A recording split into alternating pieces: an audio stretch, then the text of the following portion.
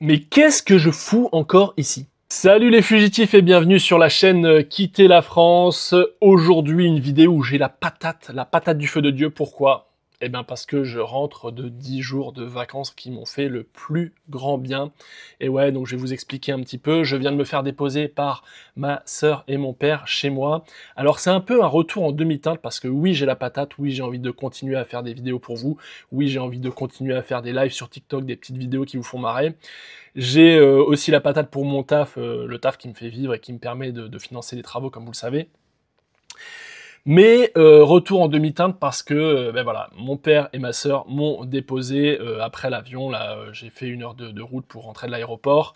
Ils m'ont déposé, dans mon immeuble, j'ai monté les escaliers avec mon sac, j'ai, zioté un petit peu, l'appartement qui est en cours de travaux, qui est bientôt terminé mais, les travaux traînent, traînent et traînent. Bon, ça a finalement pas beaucoup avancé pendant mon absence, bon, j'étais un peu déçu de ça, mais je m'y attendais. Je suis rentré chez moi, j'ai lâché mon sac et je me suis posé le cul sur le bureau, et je me suis posé la question suivante: «Mais qu'est-ce que je fous encore ici?» Alors cette vidéo, elle va traiter de la claque que j'ai prise en Corse, un peu de la prise de conscience, sur le fait de, «Qu'est-ce que je fous encore ici?» J'avais déjà fait une vidéo, par le passé, je la mettrai juste ici pour ceux qui l'ont pas vue, qui traitait des 5 signes pour vous qu'il était temps de quitter la France. Cette vidéo, elle était plutôt, on va dire factuelle. Aujourd'hui, on va aborder, 5 indices, de la petite voix qu'on a en chacun de nous. Alors, je pense que vous la connaissez bien, c'est cette petite voix qui vous donne des conseils. C'est votre, moi intérieur, j'y connais rien en psychologie, en dans tous ces sujets-là, mais on l'a tous. C'est un peu quand on dit se faire confiance à soi, c'est, s'écouter et cetera. Bah, c'est cette petite voix-là qu'il faut parfois écouter et on va aborder ensemble les cinq points de cette petite voix qui, doit vous faire vous interroger sur le fait de, beh, est-ce que vous êtes vraiment au bon endroit, à l'instant T? Et est-ce que vous n'auriez pas plutôt intérêt à quitter l'endroit où vous êtes? Alors, on va pas forcément parler aujourd'hui de quitter la France radicalement, ça peut être tout aussi bien, quitter, la ville dans laquelle vous êtes, la région dans laquelle vous êtes, pour une autre région de France, ou alors après, par extension, éventuellement quitter le pays, quitter la France, ou même quitter l'Union européenne. Avant toute chose, je vous invite à vous abonner à la chaîne en cliquant, juste ici. Aussi, j'ai fait un peu d'images, un peu de vidéos pendant que j'étais en Corse pour des raisons personnelles, tout simplement pour faire de la vidéo, pour ma famille, en fait, pour avoir une petite, vidéo souvenir. Moi, je suis allé rendre visite, en fait, à ma tante qui habite en Corse, j'ai des cousins qui sont en Corse. Enfin bref, on était toute une bande sympathique. Et j'ai fait un peu de contenu, mais pour eux, hein, c'était vraiment dans le cadre privé, où on voit les membres de ma famille, et cetera. C'est pas des choses que je vous montrerai parce que voilà, je leur ai pas demandé si je pouvais les publier, et cetera. Donc voilà, bien évidemment, je vous montrerai pas ces vidéos, mais en parallèle, j'ai fait pas mal de contenu quand même, où soit on me voit que moi, soit on voit des paysages que je commenterai, et cetera. Donc dites-moi en commentaire si, ça vous chauffe pour que je fasse un petit, vlog sur ces 10 jours de vacances que j'ai passés, je sais pas si je l'avais précisé, que j'ai passé en Corse. Alors du côté de Bastia dans un premier temps, ensuite du côté d'Ajaccio. On s'est fait plaisir sur ces 10 jours qui ont été, hyper reposants, hyper, reboostants on va dire. Donc ça, je reviens avec la patate et l'envie de créer encore plus de contenu, pour vous, que ce soit sur YouTube ou sur TikTok. Alors dans cette vidéo, je vais vous parler à cœur ouvert de la claque, puissante mais aussi, douce et très agréable que j'ai prise en Corse. Comme vous le savez, je bosse, pas mal, je bosse, 7 sur 7. Je compte pas mes heures parce que je suis à mon compte. Je ne me plains pas de ça, hein, c'est choisi, c'est tout, je l'assume. Mais le fait d'être la tête dans le guidon comme ça, et ben, on passe à côté de pas mal de choses et je m'en rends compte, très, très fortement, notamment quand je passe du temps avec ma famille et surtout lors de ces trips un peu, vraiment full famille, full, en plus là, pour le coup, c'était dans des paysages assez sympas, au soleil et cetera, donc ça ajoute encore, à ce moment plaisir. Mais voilà, ça met quand même des claques et ça remet les pendules à l'heure et ça fait, se rendre compte à nouveau des choses essentielles dans la vie et donc ça m'a fait réfléchir sur qu'est-ce que je fous encore en France aujourd'hui à trimer, comme un âne, alors que je pourrais être, potentiellement déjà parti. Alors, chapitre 1, qu'est-ce que la Corse m'a rappelé? C'est vraiment magnifique la Corse, il y a une grande diversité, il y a la montagne, la mer, des piscines d'eau douce, enfin bref, la gastronomie, j'en passe et des meilleurs.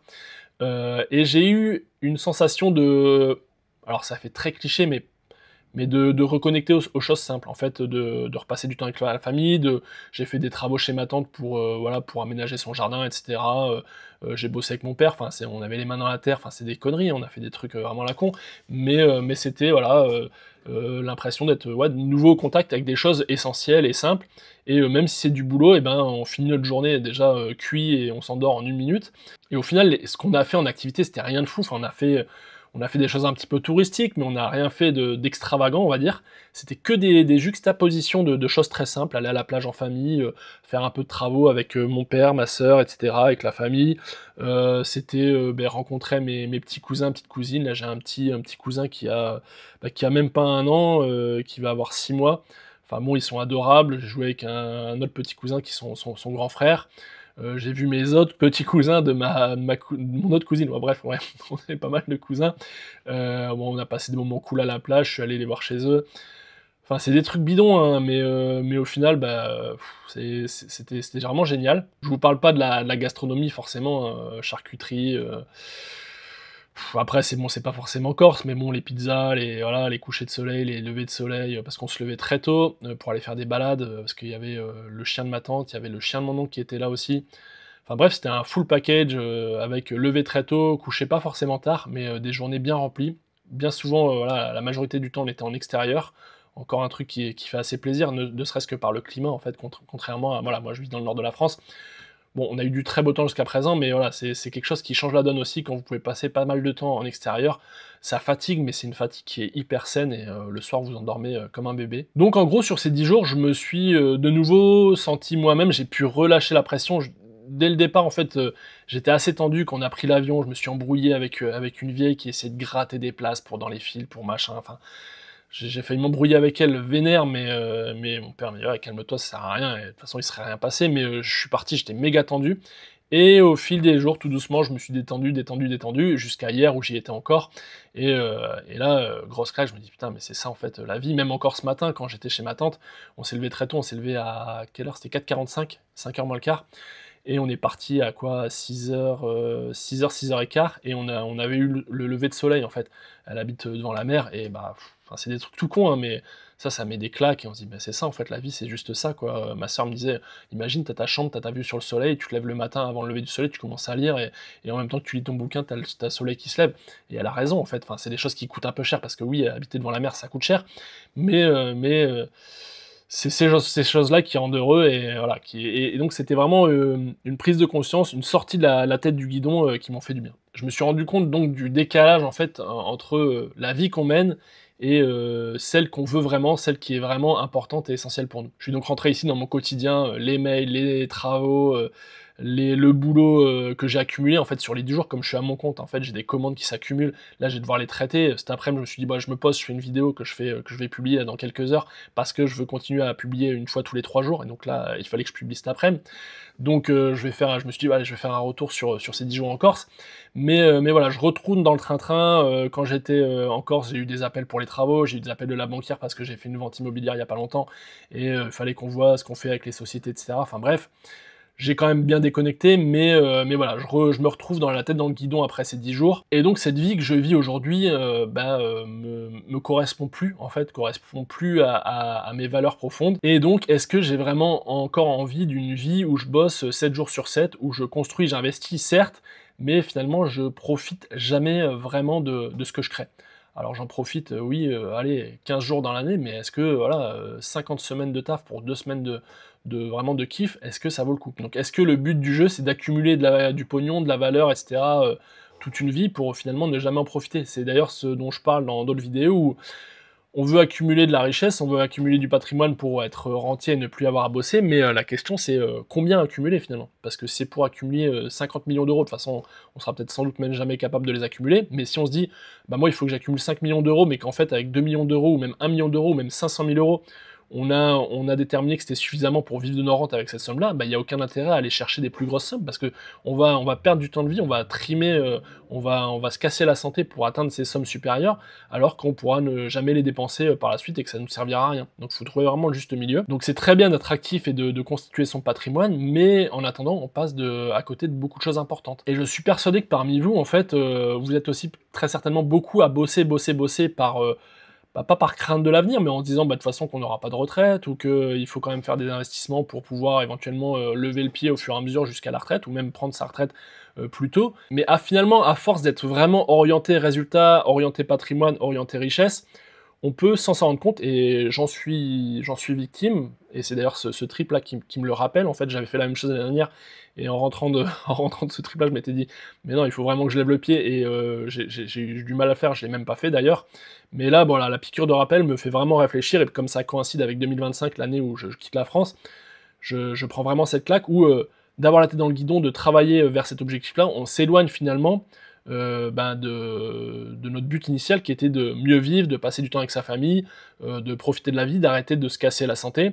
Et donc ça, c'est des choses qu'il faut vraiment avoir à l'esprit, et qu'il faut implémenter dans sa stratégie de constitution de patrimoine pour être rentier. Et ça, j'ai vraiment tendance à trop le mettre de côté et à pas profiter des bons moments quand ils se présentent. C'est pour ça que là, j'ai dit cette année, j'ai dit fuck, vas-y, quand ma soeur m'a dit on retourne en Corse avec papa, j'ai dit ouais, vas-y, c'est parti, on y retourne, et puis tant pis, bah moi, de toute façon, voilà, les 10 jours de taf, je les rattraperai par la suite, mais je regrette aucunement d'avoir passé 10 jours, et même quand on est parti ce matin, je me suis dit, putain, si on avait pu rallonger de 5 jours, ou même une semaine, ou 10 jours, je pense que j'aurais été chaud, et je pense même que je l'aurais fait. Alors on va voir maintenant les indices dont je vous ai parlé en début de vidéo, les 5 indices de votre petite voix intérieure que vous ne pouvez plus et que vous ne devez plus ignorer aujourd'hui. Alors le premier indice qui doit vous mettre la puce à l'oreille, c'est que vous avez l'impression de revivre seulement quand vous partez, de revivre seulement quand vous quittez votre ville pour aller ailleurs, pas forcément très loin, ça peut être une autre ville, une autre région, voire même un autre pays, mais vraiment ce sentiment de renaissance, moi je l'ai ressenti quand j'étais à l'aéroport, parce que j'ai pas mal voyagé pour le boulot par le passé, et là je me suis retrouvé dans l'aéroport, et tout de suite c'est synonyme de vol, c'était synonyme d'aller ailleurs, c'était synonyme de je vais couper mon train-train quotidien, et je sais pas, bien que je sois fatigué, j'étais fatigué à ce moment-là, j'ai senti une sorte de second souffle, il n'y avait plus de fatigue, il n'y avait plus rien. D'ailleurs, j'ai même fait des travaux pendant mes vacances, alors j'étais cuit, j'en avais ras-le-bol des travaux, mais là, comme c'était dans un cadre différent, pour un but différent, bah, je les faisais avec plaisir, avec le smile. Le deuxième indice, c'est que, et ça je l'ai ressenti, et voilà, je le vis à fond, c'est que je repousse tout le temps le moment auquel je me dis, bon bah c'est bon, là j'arrête, et je vais commencer, entre guillemets, à vivre, à profiter, si vous voulez traduire. Et j'aurais pu le faire, je pense, il y a plusieurs années, peut-être pas, il y a plusieurs mois, mais c'est un peu la nature humaine de toujours plus, dire, bon bah là j'ai un certain patrimoine, je pourrais déjà m'arrêter, mais voilà, je vais gratter encore un petit peu, on sait jamais, la conjoncture, le ceci, le cela, s'il se passe un crack, si ceci, cela, enfin bref, on flippe. C'est la peur, hein, c'est la peur qui crée ça. Mais on flippe, et du coup, on veut aller accumuler un peu plus, accumuler un peu plus, accumuler un peu plus, jusqu'au jour où on vous annonce « Ah bah vous avez un problème de santé, vous avez ci, vous avez ça ». Et on se dit « Putain, mais j'étais trop con, j'aurais dû profiter avant », et malheureusement, il est trop tard. Donc voilà, ça je l'ai eu vraiment aussi en me disant « Mais attends, j'attends de repousser ». Et ce que je disais d'ailleurs en bagnole, en rentrant là avec mon père, je disais putain, mais j'ai qu'une envie, c'est de repartir en fait. Et puis il me dit bah fais-le. Je dis mais non, mais attends, il faut que je bétonne, il faut que je finisse les travaux, etc. Mais il dit bon bah tu vas le faire bientôt, mais fais-le. Et bon, il a complètement raison. Il a pas complètement raison. Il faut que j'arrête de remettre ce moment de kiff. Et c'est un peu la peur aussi de l'inconnu, de se dire attends, je passe de hyper actif à ne plus rien faire. Alors je ne ferai pas plus rien parce que quoi qu'il arrive, j'aurai YouTube et j'aurai TikTok, et je vais continuer à charbonner et à faire des accompagnements, etc. Mais voilà, en tout cas, arrêter l'activité que je fais actuellement. La troisième petite voix intérieure, le troisième indice, c'est avec notre entourage, c'est être présent, mais sans être vraiment connecté. En fait, c'est être là, mais dans ses pensées, être ailleurs. Moi, c'est souvent ça par rapport au boulot, où je vais être à une réunion de famille, je vais être avec des amis, alors on va discuter de tout et rien, en fait, comme si j'avais en façade un logiciel qui fonctionne d'échange pas dire de choses de la vie classique, sur des activités quotidiennes, discuter de tout et de rien en fait. Alors ça va fonctionner en façade, mais par contre en arrière-plan, je vais avoir un logiciel qui fonctionne sur les problèmes courants de travaux, d'investissement, de « Ah bah merde, j'ai pas fait ma vidéo YouTube, voilà, je dois publier, je dois faire un montage, j'ai le ménage à faire, j'ai n'importe quoi, ma bagnole, faut faire des trucs dessus. » Voilà, c'est souvent l'histoire des travaux qui reviennent. « Ah, j'ai pas fait les courses pour les travaux, l'artisan il a besoin de pièces, etc. Je les ai pas. » Et donc il y a deux logiciels qui fonctionnent en parallèle, et donc on est là, physiquement le corps est là, mais je pense qu'on est un petit peu absent et donc bah, ça bouffe un peu la qualité des échanges qu'on a avec les personnes autour de nous. Donc si vous ressentez ça, est-ce que quand vous êtes en famille ou avec vos amis, vous avez l'impression d'avoir le cerveau un petit peu partitionné comme un disque dur, vous avez une partie qui est avec vos amis, mais le fond gamberge sur d'autres problèmes, eh ben, c'est peut-être aussi un bon signe qu'il est temps voilà, de partir et que votre place n'est peut-être plus ici. Le quatrième indice, ça va être l'impression de fatigue qui ne part jamais. En fait, comme vous étiez un hamster dans une roue qui est obligé de courir en permanence parce que une tâche en appelle une autre et que vous avez, moi j'ai des listes en fait, hein, j'ai des listes avec l'application Post-it ou Notes, je sais plus ce que c'est. J'ai des listes, je dois en avoir une cinquantaine, avec les choses urgentes, les choses un peu moins urgentes, mais je les accumule. Il y a des trucs qui datent de 2-3 ans que j'ai jamais réglés, bon, qui sont passés au second plan parce que j'ai plus d'urgent à faire, mais en fait, c'est une course effrénée vers... Il y a toujours des choses à faire, il y a toujours des choses à faire, des choses qui se rajoutent, et donc, eh ben, on est fatigué, mais on se dit, de toute façon, j'ai pas le choix. J'ai pas le choix parce qu'il faut que ça avance, il faut que les travaux avancent, il faut que je fasse des vidéos, il faut que...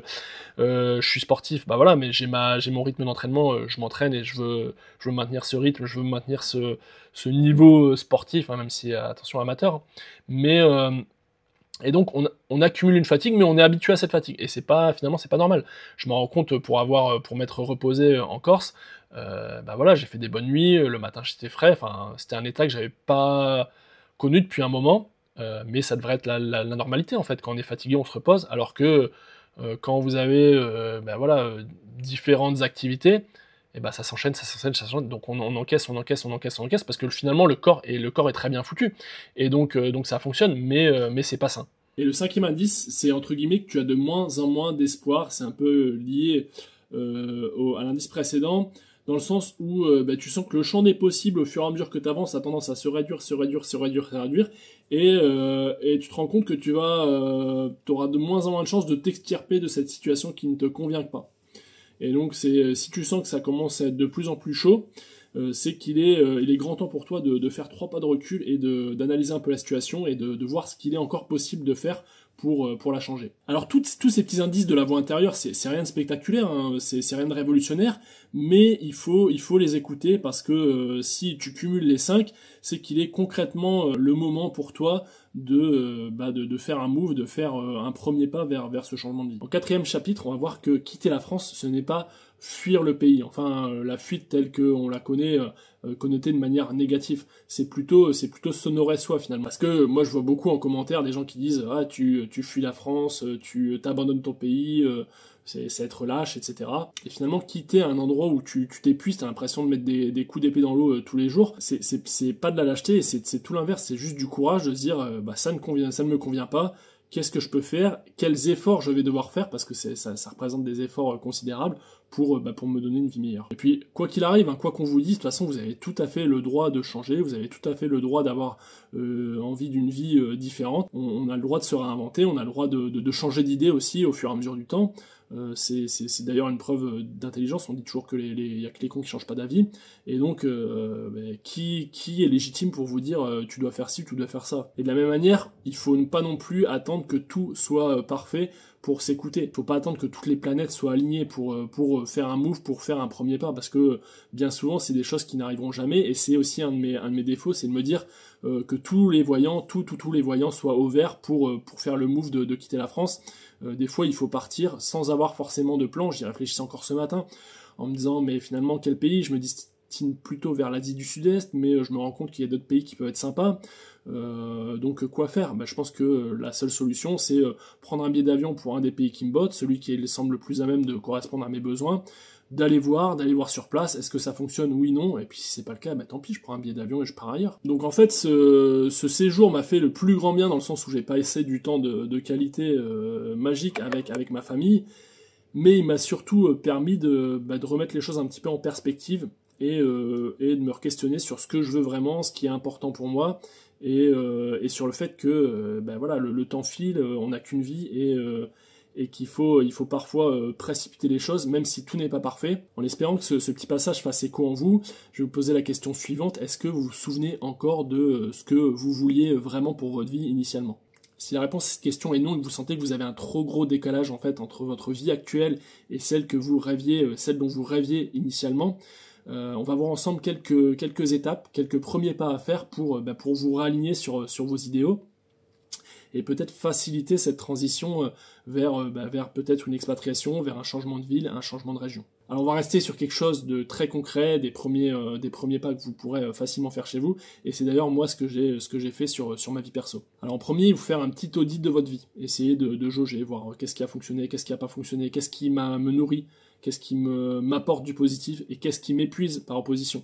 Comme ça, vous allez pouvoir vraiment tracer une ligne franche entre qu'est-ce qui est positif pour moi, qu'est-ce qui est négatif. Ensuite, ce qui serait bien, c'est de vous fixer un marqueur temporel, de vous dire, aujourd'hui, je sais que j'ai des enfants, par exemple, ils doivent finir leur année scolaire, ou alors j'ai besoin de 2 ans pour me préparer, et que, de manière assez conservatrice, je pourrais éventuellement changer de ville, de région ou de pays septembre 2026, en septembre 2027, dans 6 mois, dans 1 an. Enfin, en tout cas, vous mettre une deadline fixe et déterminée. Pour ma part, ce sera après cet été 2025, plus précisément vers la mi-octobre, je pense. Et donc, on sait qu'à cette date-là, il faudra que vous soyez parti. Au fur et à mesure, une fois que vous aurez déterminé cette date de départ, il va falloir alléger vos engagements. Donc c'est, je sais pas si vous avez un emploi, réfléchir à éventuellement pouvoir le faire à distance, ou changer d'emploi et vous faire employer à l'étranger, commencer une activité en ligne parce que vous voulez plus être dépendant d'un employeur. Si vous avez un appartement que vous souhaitez vendre ou que vous souhaitez rendre parce que vous êtes en location, faire ce qu'il faut. Enfin bref, commencer à régler en amont tous ces détails-là, tout ce qui est administratif, etc. Donc ça va vraiment vous désengager de votre vie actuelle pour commencer à vous engager vers une vie ailleurs. En 4, ce que vous pouvez faire aussi, c'est commencer à discuter avec des gens qui sont déjà partis. Alors c'est ce que vous faites d'ailleurs par le biais de cette chaîne, Quitter la France. Ça va être aussi regarder des chaînes de personnes qui sont déjà peut-être dans des pays que vous convoitez. Et donc ça va être se cultiver sur le pays qui vous plaît, et ne serait-ce que échanger par le biais de commentaires sur cette vidéo, dire moi je voudrais partir à tel endroit, je connais pas du tout, peut-être que même il y aura des spectateurs de la chaîne qui vous diront moi je vis depuis 4 ans au Vietnam, c'est bien pour telle raison, c'est pas bien pour telle raison. Enfin bref, c'est commencer à interagir avec des gens qui sont passés par là avant vous et qui peut-être vivent maintenant dans le pays de vos rêves. Et en 5, ça peut paraître contre-intuitif, mais c'est quelque chose qui pour ma part, ne m'a jamais déçu. Alors peut-être que pour vous ce sera pas le cas, mais même si vous apprêtez à partir, c'est vous rapprocher de vos racines, c'est resserrer les liens avec les personnes qui sont importantes pour vous. Pour ma part, c'est en premier lieu ma famille, et aussi mes amis. Alors il y a des personnes qui seront plus attachées à leurs amis que leur famille, enfin ça dépend vraiment de chacun, mais c'est vous reconnecter, resserrer les liens avec les personnes qui vous sont chères, parce que on voit bien qu'avec le train-train quotidien, on se voit plus, on n'a plus le temps de se voir, on n'échange plus, enfin si on échange c'est des banalités, donc essayez vraiment de resserrer les liens avec les personnes autour de vous, les personnes qui ont de l'importance pour vous. Ce sera nécessaire, pourquoi? Parce que ça va vous réouvrir les yeux sur ce qui est important dans la vie, mais aussi ça permettra de resserrer le tissu familial avant une éventuelle expatriation, changement de ville ou changement de région, et puis ce sera aussi l'occasion de leur expliquer pourquoi vous partez, parce que vous en avez besoin, parce que ça va vous faire du bien, mais c'est pas pour autant que vous les oubliez. Donc finalement, le vrai luxe, c'est pas de vivre dans l'opulence, c'est pas de claquer du pognon en veux-tu en voilà, de faire des restos de luxe, de voyager en business ou en première classe, c'est pas ça. Le but, c'est vraiment d'avoir une vie cohérente et qui vous correspond. J'ai beaucoup de commentaires où on me dit non, mais moi je vais rester en France, je suis très bien. Là, il y a un monsieur qui me mettait non, moi je suis en CDI sur ma vidéo à propos du CDI, qui pour moi est une prison, mais ça n'engage que moi. Il disait moi mon fils il bosse en Corse, il est conducteur de train en Corse, il est ravi de ça, il vit sa meilleure vie parce qu'il voit des paysages de fou tous les jours, et donc je lui dis parfait, c'est très bien, mais qu'il reste en Corse ou qu'il reste ailleurs en France, si la personne est heureuse et épanouie où elle est à l'instant T, c'est finalement le plus important. Alors on peut toujours produire plus, on peut toujours accumuler plus de patrimoine, on peut toujours faire de plus grosses rentabilités, avoir de plus gros patrimoine immobilier, financier, en bourse, etc. Mais finalement, si c'est pour avoir une vie relativement creuse en fait et être déconnecté des choses qui sont importantes pour nous, ça n'a pas vraiment d'intérêt. Alors c'est bien de le faire parce qu'il faut y passer, je pense, pour accumuler ce patrimoine-là, mais il faut aussi avoir conscience que la vie n'est pas éternelle et que l'idéal c'est de trouver l'optimum entre temps passé à accumuler ce patrimoine, qui le rendre le plus court possible pour maximiser son temps de profiter, entre guillemets, une fois qu'on a accumulé ce patrimoine. Et donc c'est pour ça qu'après ces 10 jours de vacances en Corse, je me rends bien compte qu'il est vraiment temps pour moi de stopper un peu cette course effrénée. Donc voilà, c'est tout pour cette petite vidéo. N'hésitez pas à mettre en commentaire si vous aussi vous ressentez ce décalage entre vie idéale et finalement la vie de tous les jours. Est-ce que vous avez déjà réfléchi à des solutions pour basculer de cette vie du train-train quotidien à votre vie rêvée? Si oui, qu'est-ce que vous avez fait? Qu'est-ce que vous avez mis en place? À ce sujet, je peux vous accompagner sur ces thématiques. Vous pouvez me contacter à l'adresse qui est en description de la vidéo, contact@quitterlafrance@gmail.com. Dites-moi aussi en commentaire si vous souhaitez que je fasse un petit vlog sur la Corse. En attendant, prenez soin de vous. N'oubliez pas qu'en fait, c'est pas à la France que vous devez être fidèle, mais c'est à vous-même. Je vous invite à vous abonner à la chaîne si ce n'est pas déjà fait en cliquant juste ici. Je vous souhaite à tous une très bonne soirée. Je vous dis à bientôt de l'autre côté de la frontière. Vive la République et vive la France.